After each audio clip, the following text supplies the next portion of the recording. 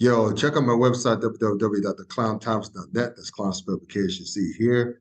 As you see, here are my rants here. I'll be more and more regular in posting rants in the future. You see what I have going on here. Also, you can also get your merch here at www.cafepress.com. Search for the Clown Time Sports. You see here I have sweatshirts, hoodies, baby gear, mugs, t-shirts. So just come on over and grab yourself some merch. Welcome to tonight's NBA trade edition of the Clown Out Podcast. It's been a minute, but anyway, please see a like, comment, share, and subscribe. Even if you do not agree with anything what I or my guests will have to say tonight, you probably won't most of the part of the time. But in any event, please like, comment, share, and subscribe because you'll be glad you did, and I'll be glad you did in the end. So let's just get this started. So I mentioned NBA trades. You see these two gentlemen here, one in video. They're back every time we talk all things NBA. We're going to talk about the NBA trade tonight that's been buzzing the world. My guys, Kevin McCune, Jared Singleton, back in the house. Gentlemen, what's going on? Glad to be back. Always fun. Yeah, man. Scott, Kevin, nice to see you. It's been a while. Yeah, it's been too long. I keep saying it's been too long, but then life happens because we all three of us have careers outside of podcasting. And, you know, it just is what it is. But hey, whenever something like these NBA trades that went down, we got to talk about. So let's just start with the bigger one. The one that really took me by surprise was when the Boston Celtics traded for Washington's KristapsPorzingis, the same KristapsPorzingis that me as a Knicks fan, when he was a Knick, I publicly derided that draft pick, but he turned out to be a bright spot before he wanted out because he got tired of James Dolan's BS.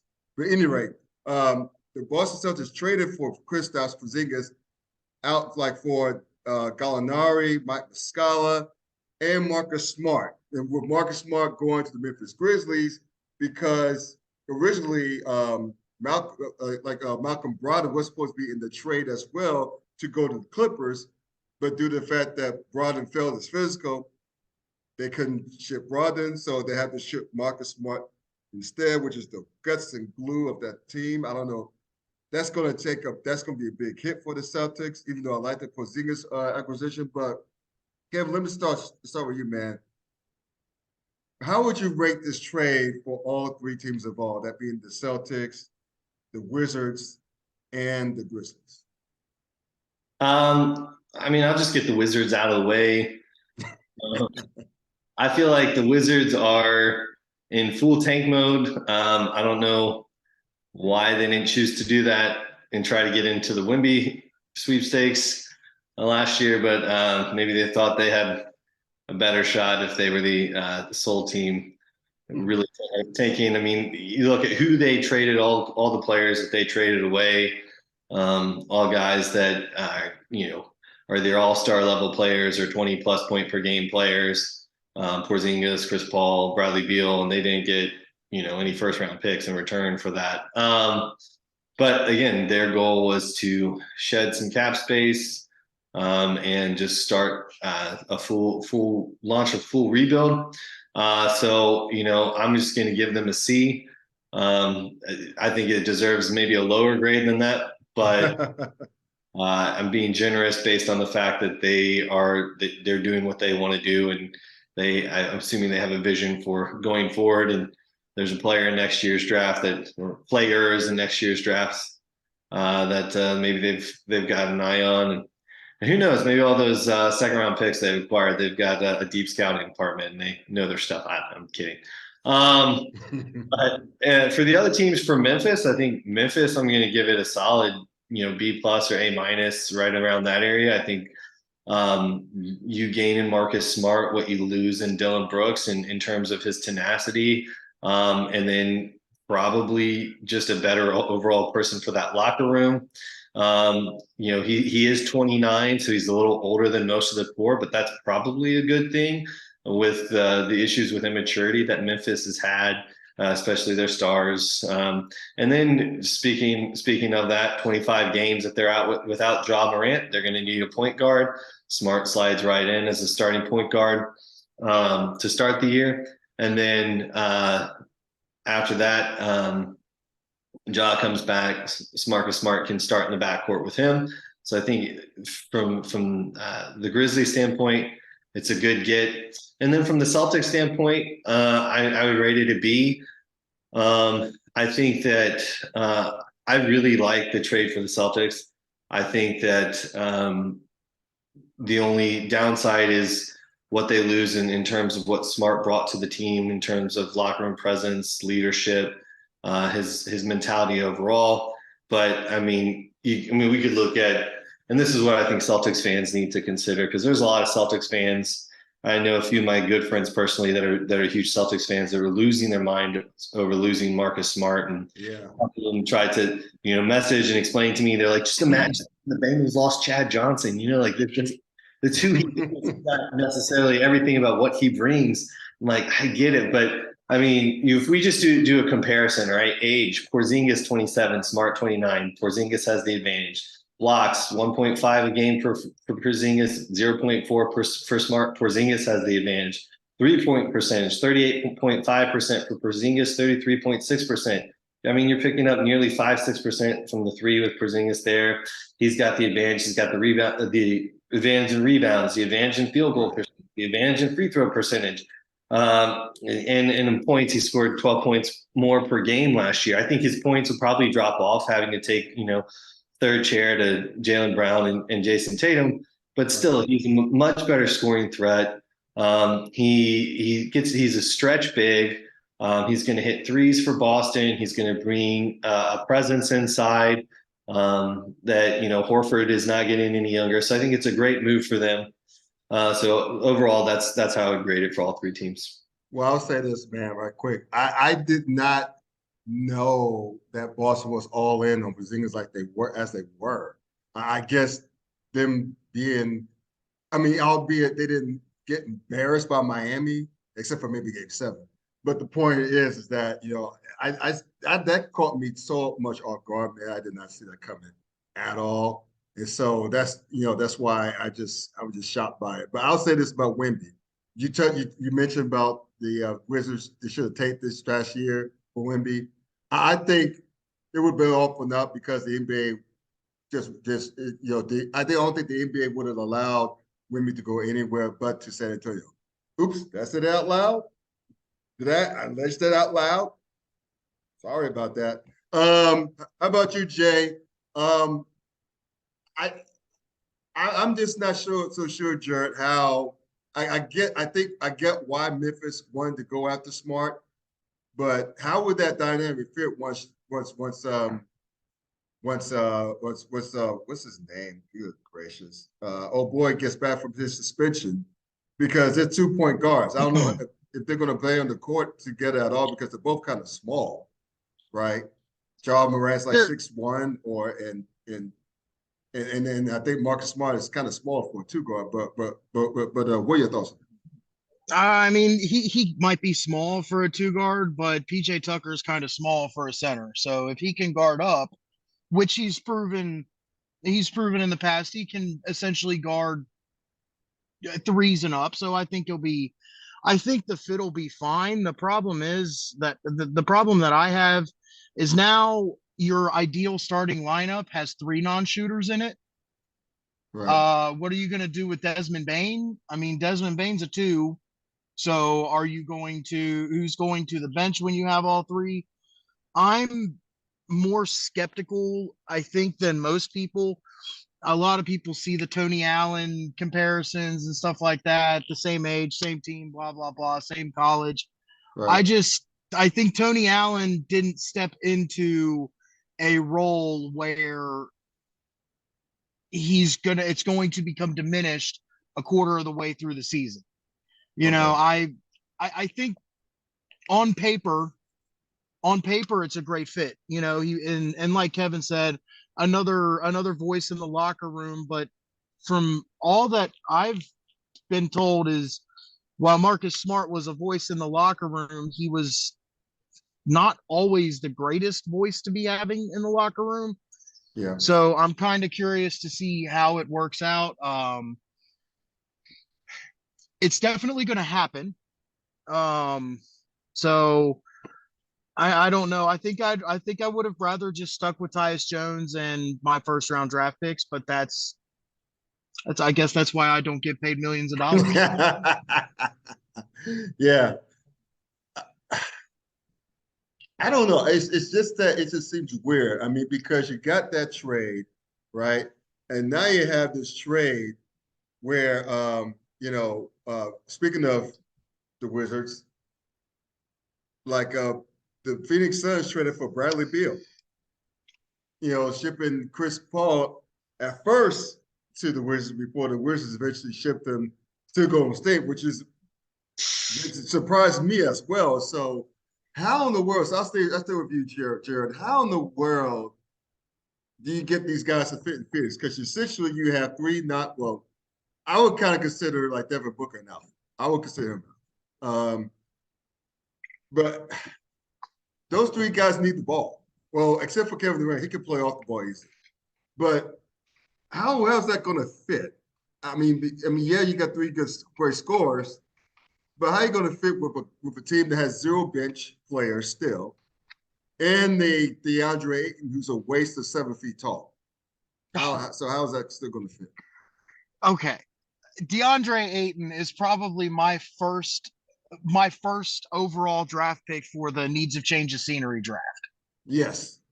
I useless. I don't think necessarily useless. I think I'd push back on that, but Okay. to kind of answer your question, like I think that they're banking on this is Phoenix. We're going to draw some people just because it's a good area. Plus, we'll get minimum contracts and stuff like that. And to be honest with you, the big CBA stuff, like all the second apron tax and you're going to lose your draft pick out 7 years, goes to the end of the first round, no matter what. All of those things don't really come into play until next season or the following season. So if you're going to load up and just give a giant middle finger to the new CBA, now's the time to do it. And it appears as though that's what Phoenix is doing. I think the fit between the three actually will work better than what it kind of seems, because Brad Beal's best seasons were before John Wall got hurt. And before John Wall got hurt, Bradley Beal was more off the ball than he was on the ball. Okay. I think you took I'm not saying Bradley Beal's not a very good player, but if you start going down the list, I'm probably getting to 25 to 30 players in the NBA who I would, if I'm ranking 1 to whatever the number is, I could very easily get 25 to 30, and you were asking a 25 to 30 top 25, 30 player to be a number 1, and that's just not what those guys are going to do. That's a, second or third fiddle, and I think he's better on defense than he's given credit for. And if he doesn't have to carry the load on offense, you might see more improved defense. So I think that the fit between the three of them is going to be great if they can all be on the floor together. That's the biggest question I have, is if they're going to be healthy enough through the season to get to where they want to go. That's a good point. Well, to follow up on your point about Bill, Jared, I think we can all agree, right? The three of us could agree that Bill is no Batman, right? He's a Robin at best. And I heard someone on NBA radio a couple of weeks ago when the trade went down consider him more of an Alfred. So, but Kevin, man, I know that Phoenix said that they're not trading DeAndre Ayton anytime soon. I don't believe that for a second. I think if someone would have offered them some sort of a deal, they would say jump. If they was to say jump, they'll go how high to get rid of him. But do you see a scenario when DeAndre Ayton would be traded, and if so, what will it take? Like, what kind of package do you think it would take for Phoenix just to bite on offloading DeAndre Ayton and then the headache that he has? Yeah, I mean, if you buy the NBA tabloid magazines in the checkout at the grocery aisle, the marriage between Kevin Durant and DeAndre Ayton is not a good one. I mean, if you just look at all the rumors, it goes back to a party that was at KD's house after he came to Phoenix. Apparently, a verbal altercation between the two apparently went down, where Ayton said, "Let's see Steph's MVP trophies," to KD, and the two have been on cold terms since then. So if that's all true, if you believe all that, you have to assume that Ayton is probably going to be moved. Sports Illustrated tweeted 6 hours ago today that if the Suns were to trade him, that the Suns want multiple role players in return. Sure. And in my mind, the role player package would have to include at least a mediocre level starting caliber point guard. I know that they're already small, but I just I've seen it tossed around that Devin Booker is going to slide and he's going to play point guard, and I don't know if I see that happening. He's not a point. Yeah, he's not a point. Beal's a point guard. I think the better option for the Suns is just go really small, and one of them have to play small forward, and then you get a legit facilitator in there, whoever that might be, but to play the point.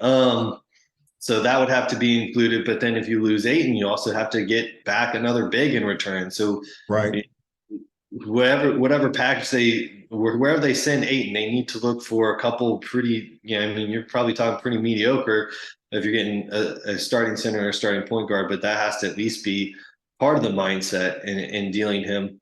But yeah, as far as will he get dealt, KD is apparently not happy with him. I mean, so where KD goes, he tends to get what he wants, for better or worse. He's in that echelon of NBA players that are able to make those types of demands on franchises when they have their services. So, so do I believe he will get traded? I think that at some point before the end of the summer, I think Ayton will get moved. But I've been wrong quite a bit. So. I think we all have been at least once. But I'll say this, man, before I give a shout, like before we move on. I bet Phoenix, if they could do it over again, they would have let the Pacers just sign that like they wouldn't have challenged that offer sheet that the Indiana Pacers gave him. I think they would just let him go. I think they would have just pushed him out the door and just start all over with another big guy. Can you afford to lose that salary slot though? Good point. Good point. It's one of that's I hate being the guy to poke holes in things like that. Mm-hmm. But like what you were saying, Kevin, a facilitating point guard, are there any left? I mean, are you going to bring in something like Fred VanVleet? I guess could be a possibility. That's the difficulty with anything when it comes to Phoenix is finding the fits. And I think what you said at the beginning was they're going to rely on Devin Booker. I think that's what the answer is going to end up being, unless they can find a destination for DeAndre Ayton. But Kevin, you presented the problems with that. You need a couple of role players, and one of them has to be a big man, because you can't go without one of those at all. So yeah, that's the fun of all the trade scenarios. It's the best time of the year. Yeah, I mean, Kevin Durant's unhappy with DeAndre Ayton, but he's going to be just as unhappy if there is no big man next to him, because you can't be what he doesn't want to be on the floor. Right. And in case you guys and the listeners want to bet to see if there are going to be some chaos in the Phoenix camp this coming season or other things NBA, check out our sponsor, BetUs.com. So listen to our sports bettors. Your favorite sportsbook, BetUs.com, is back for their 30th year of NFL action. And with the industry's biggest sign-up bonus up to 200%, BetUs offers their members the opportunity to cash in on all your favorite sports, including NFL, UFC, MLB, and NBA. So if you're looking for live in-game betting, incredible odds with daily odds boosts, and parlays, they have them. And how about fast payouts and exceptional one-on-one customer service? They have that too. So log into BETUS.com or call 800-792-3887. That's 800-79-BET-US. You can use the promo code TKT for the Klown Times as well. BetUs.com, where the game begins. All right, gentlemen. Speaking of crazy trades and speaking of the Phoenix trade, let's talk about Chris Paul, who was shipped out originally in that BradleyBeal trade to Washington, only for Washington to trade him to GoldenState to play alongside Stephen Curry, Klay Thompson, Andrew Wiggins, and if he decides to resign and go back to the fold, Draymond Green. So, Kevin, let me ask you this, bro. What is the likelihood that Chris Paul is going to stay in Golden State? Because it's hard for me to see a fit for this unless he is willing to come off the bench. Yeah, I think, and maybe I'm wrong here. Maybe there is more of just a basketball mindset. We want Chris Paul coming off the bench at the end of his career. Right. But call me crazy. I think this move kind of is similar to when the Warriors quizzically acquired D'Angelo Russell a few off seasons ago, and it seemed like a fit. There were a lot of contenders, who were rumored to be interested in Russell at that time. And if you look at who Paul was rumored to potentially going to, and if he were to just be bought out by Washington, and the Clippers were a team that had high interest, the Celtics were rumored to have a lot of interest, and the Lakers were rumored to have a lot of interest. And if you're Golden State, part of acquiring Chris Paul is that none of those teams get to. And, I do think it's a situation, though, where in terms of fit, he has to be more of a sixth man. He has to be more of a key facilitator off the bench of the second unit, because I just don't see a situation where the Warriors go small enough where Klay, Steph, and him are all on the floor at the same time. Maybe it happens in, when matchups happens or whatever, but that doesn't make a lot of sense to me. Outside of, just me wanting to make Steph Curry fanboys mad and saying, is Steph really the GOAT point guard if you have to go get Paul to come in and be the point guard for you? But I'm just kidding. No, you're not.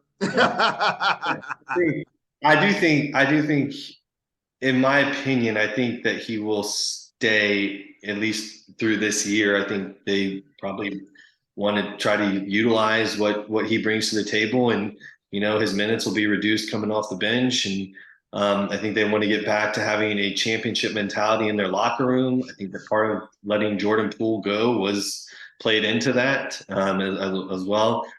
And I do think Draymond Green ultimately returns. I think there was a rumored potential meetup between him and Damian Lillard that was, rumored to maybe be happening in Portland that didn't go down. So the fact that, Draymond didn't show for that seems to indicate that he's probably on his way back to Golden State. I think, to answer your question, I think Paul stays in Golden State and kind of plays out the year in a six-man role in the limelight of his career. Dude, the Kevon Looney, Chris Paul pick and roll on that second unit, it will be devastating. Because Kevon Looney does some of the things that Draymond Green does, and if you have Chris Paul orbiting around that, the second unit will, if Chris Paul does take a step back and is willing to run the second unit, because that's when Golden State loses games, is whenever Steph is off the floor. So if you've got Chris Paul in there, at least making sure everybody's where they need to be and not letting the 15-4 runs happen. Oh man, I think that it could be a work of art. But like Kevin said, there needs to be some compromise. Yeah. Do you think that in this stage of his career, that Chris Paul would make the compromise? Because let's just be real, he has some gas left in the tank, but that window is fast closing in his career, and a great career, a first ballot Hall of Fame career. I guess if he's going to have to compromise, this Golden State would be the perfect place for him to do it, because he has respect for Steve Kerr, and of course, from going up against all those years going up against Stephen Curry and company, he has their respect as well. So I'm hoping that he does compromise, but we all know about stars and the big prize and how the prize get in the way. But I think if any place to make a compromise, Golden State would be the perfect place to make him do it, Jared. I do agree with that. It kind of reminds me of, that last year for Gary Payton when he and Karl Malone joined the Lakers, two mega stars, two mega faces in the NBA that had never been able to capture a title in their own right, and just trying to. And that is a little bit of a different situation where those two players chose the Lakers. Paul really didn't, he wasn't the one that chose Golden State in this scenario. But in terms of, what are you willing to give up in order to have, a championship title next to your name, next to your resume? I think it kind of reminds me of that. Yeah, I agree with that. And speaking of Jordan Poole, how much does it suck to be Jordan Poole? I mean, dude leads was a big factor of Golden State winning the chip 2 years ago, right? I should say last year rather. And then only to get the bag. He has a nice bag, but only to get sucker punched in training camp. And then the team just essentially slapped the wrist of Draymond, who delivered said sucker punch, and then just play out the whole year, just not fit. You could tell something was off. So basically, in the end, Draymond won. He won the battle and the war. And so I know Draymond, again, I know Jordan Poole still has his bag. That's one of the great things about the NBA, guaranteed contracts. But Kevin, how it has to still suck for Jordan Poole to go from an organization like the Warriors to a sorry-ass organization that still doesn't know what the hell doesn't know what the hell they're doing in the Wizards. Yeah, I think it does, but I also think there's some chances for redemption here and maybe some weight off of his shoulders. I think Golden State probably prioritized moving him in part because I think Steve Kerr's made it clear that if the Warriors in his mind if they're going to be title contenders, they have to have Draymond be a part of the team. And I think they really want Draymond back.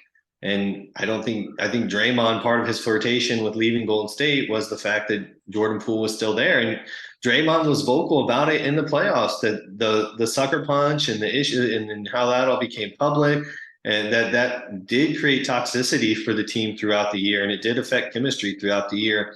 And, but for Jordan Poole, the fact that he's kind of a young player stuck in the middle of that, yeah, I think that situation alone had to be just awful for him. And he might be approaching Washington with a renewed sense of confidence and relief in that, yeah, I'm no longer on this dynasty, but hey, I played a key role. I got a title. I've essentially become a meme for a lot of fans on Twitter, making fun of my lack of abilities when, he probably still has a lot of confidence in what he's able to do. And now he gets to go to a place like Washington, which for all intents and purposes seems to be tanking, seems to be fledgling. He's going to be their guy. He's going to be the guy in that starting rotation. And, we've already seen him kind of take the mantle of leadership, which I thought was really cool. Just for someone that, I'll admit it, I have been probably unfair to Jordan Poole because I don't like the Warriors, and I've indulged a time or two at tweeting during the playoffs and in some of his bad games. But, Bilal Kalabi was a player that came on in draft season from France that really ascended. Well, everybody's watching Wemby tape and they're wondering who this teammate is. And he really ascended to the point where Washington took him in the lottery. And then in his press conference being introduced as the Wizards, first round pick, he mentioned Jordan Poole by name, saying this is the one guy from the team that has said, hey, welcome to Washington. Let's go get this. And so I think from that standpoint, Jordan Poole really showed hey, I want to be a leader for this team. He hasn't stepped foot on the court for DC or in a Wizards jersey yet, but he's already the one that's reaching out to the first round pick, who's an 18-year-old kid from France, coming to and being hey, let's go, and trying to take him under his wing. And so I don't necessarily like, yeah, I think you're right. It sucks that he's leaving Golden State and all the luster that Golden State is, but I think he himself might be relieved and being looking forward to getting to be the guy on this Wizards team. You finally said it. He couldn't be happier. He was just gift wrapped a team. Oh my goodness. So basically, Jordan Poole is happy that he's the hell out of Golden State. Despite the winning coach and everything, he's one to get the hell away from Draymond with his bag, basically. Is that right, Jared? I mean, yeah, he's got that bag too. He's already got the ring. He's got a bag, and shooter's gonna shoot, and he's gonna have plenty of shots. Right, of course. So he's gonna have some gaudy numbers. I honestly, what Kevin said, yeah, it probably does suck to leave, a place that is going to be contending for a championship. Right. And you're going to be getting some minutes for, like, yes, that's got to suck. But at the same time, there's going to be plenty of shots to go around. He's going to get the ball put in his hands. And the best stretch of his career was when he's a starter. So maybe he just needs those amount of minutes to get cooking. I don't know. I just think I don't think he was super upset with being traded. I know if I were in his situation, I wouldn't be, all things being considered. Well, shoot, if you one of the tens of Washington Wizards fans next season who bothered to show up at the game, you're probably going to need a who's who guy to keep up with the people on the Wizards roster, because it's essentially a brand new roster. Yeah. Well, Jordan Poole's going to be running it, so it'll be interesting to see. Yeah, and let me get you out here on this, man. We'll close shot on this. And I don't say this to pick at anybody. Part of it's really sad, to be honest with you. And that's with your Chicago Bulls, Jared. Lonzo Ball, apparently is not going to be able to play this coming season as well due to his the recovery from knee surgery. He may not step foot in the NBA as a player ever again. Happy that he got the bag. Sucks that he's probably going to, at the age, he's not even 30 years old, he may have to call it a career. Which leads me to what we've been talking about every year. It's the fact that, is this the time for Chicago to just finally hit the reset button? They're not going into yeah. It don't matter what I think. They just re-signed Vucevic, 3 years, $60 million today. Oh God. Oh, that's that question. So it don't. I can talk till I'm blue in the face. You know what? If you step back and look at it, 3 years, $60 million for a walking double-double, that's not terrible. Yes, he's got his flaws, but like, it's a movable contract in the future. The DeRozan contract is extraordinarily movable. The Levine contract is movable, you hope, in the future. Like, they're doubling down on it, and this entire team looks so much different if Lonzo Ball is running the point. Yeah. If you have that steady presence, a good 3-point shooter, somebody that when you run, you're going to get a basket because he's that good in transition. He's a good He's a good defender. Like, the entire just team looks different. Everything looks more in place. So it's heartbreaking as a Bulls fan to see this happen, because Lonzo is, by all accounts, a good player, a good guy, a good teammate, and you want to root for him. And I was so excited that he signed in Chicago after the Pelicans just let him go. Maybe the Pelicans knew something Chicago didn't.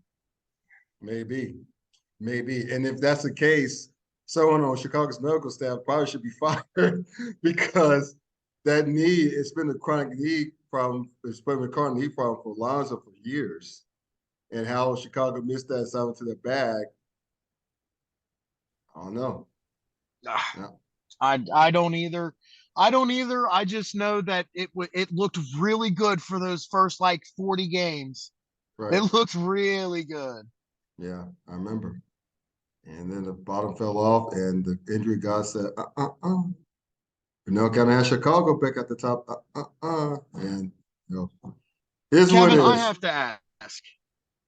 What are the Jazz doing?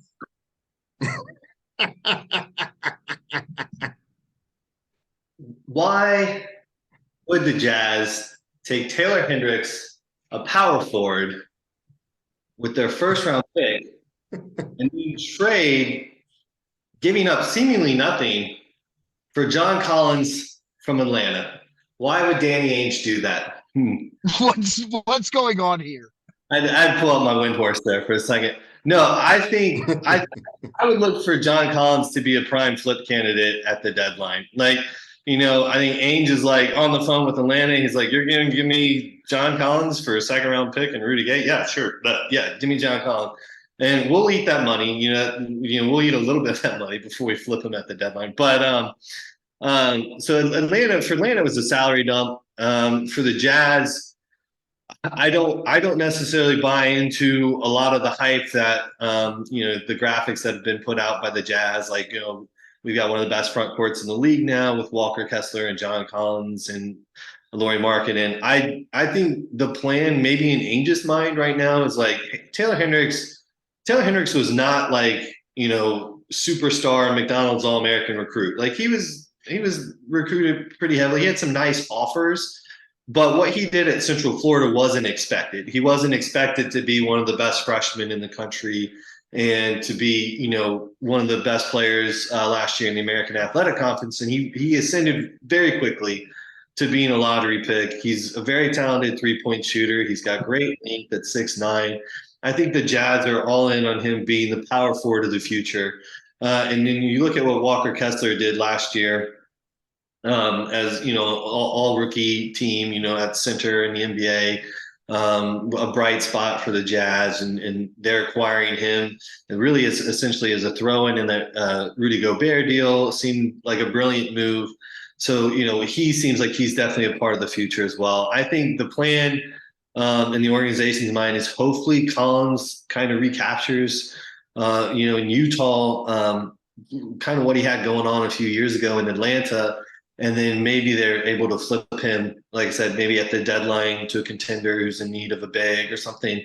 And they get back way more than Rudy Gay and the second round pick that it took to give up for him. And hey, guess what? Now we're in the middle of the year.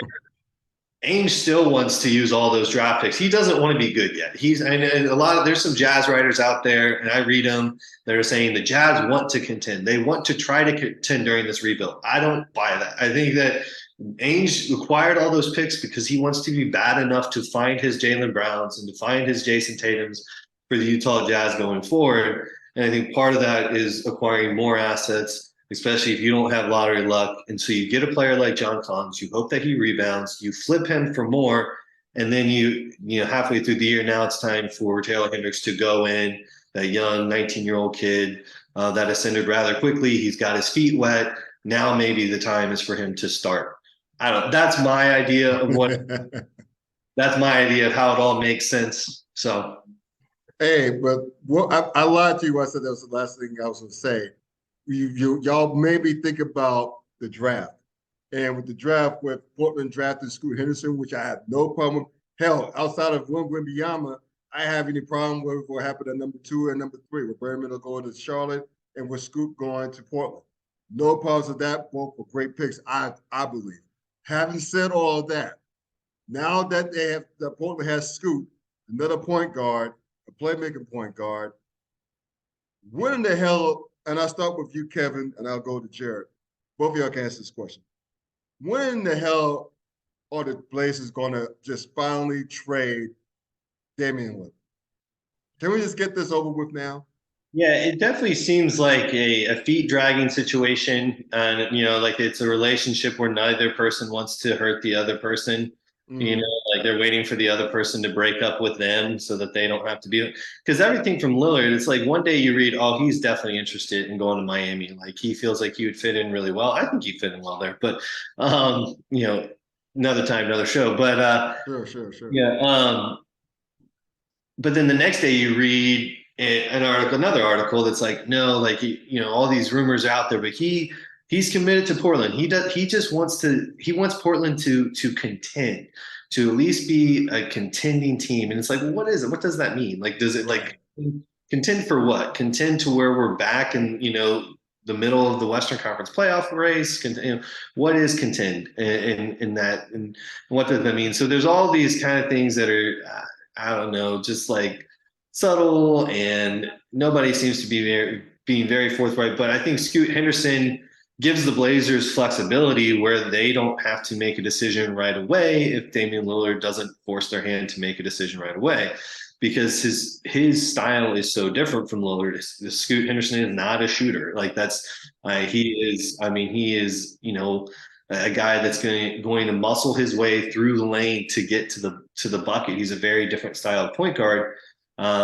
So you could conceive, conceptually him fitting in next to Lillard, as long as Lillard is okay with that. And Lillard has hinted multiple times that he does not want to play with a bunch of young players.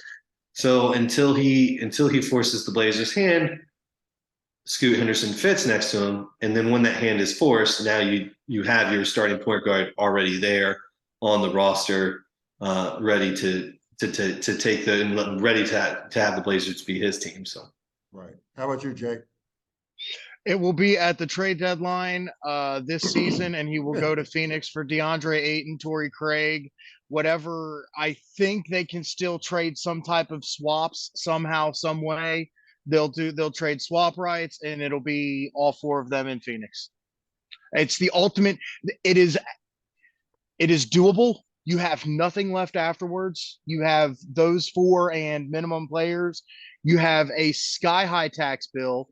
You can no longer aggregate. You can no longer aggregate players in trades after this year. So if you are over the second luxury tax apron, you can't put two player salary together to equal a higher salary. So you can't put two $10 million players to get a $20 million player.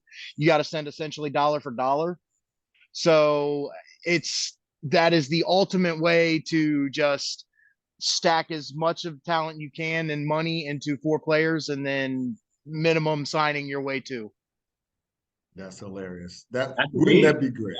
With the Blazers' young core too. There you go. Hey man, where can the listeners and viewers find both of you on social media? Kevin, I'll start with you. Yeah, just at Kevin McCune, KevinMccune. All right. Mine's Singleton J21. I usually just make fun of Kevin, so I don't have too much of a presence on social media. And on that note, thank y'all for tuning to this podcast. Please do like, comment, share, and subscribe. You'll be glad you did. I'll be glad you did. Y'all take care. Have a great rest of the weekend. Stay safe. All that good stuff. Until next time, peace out.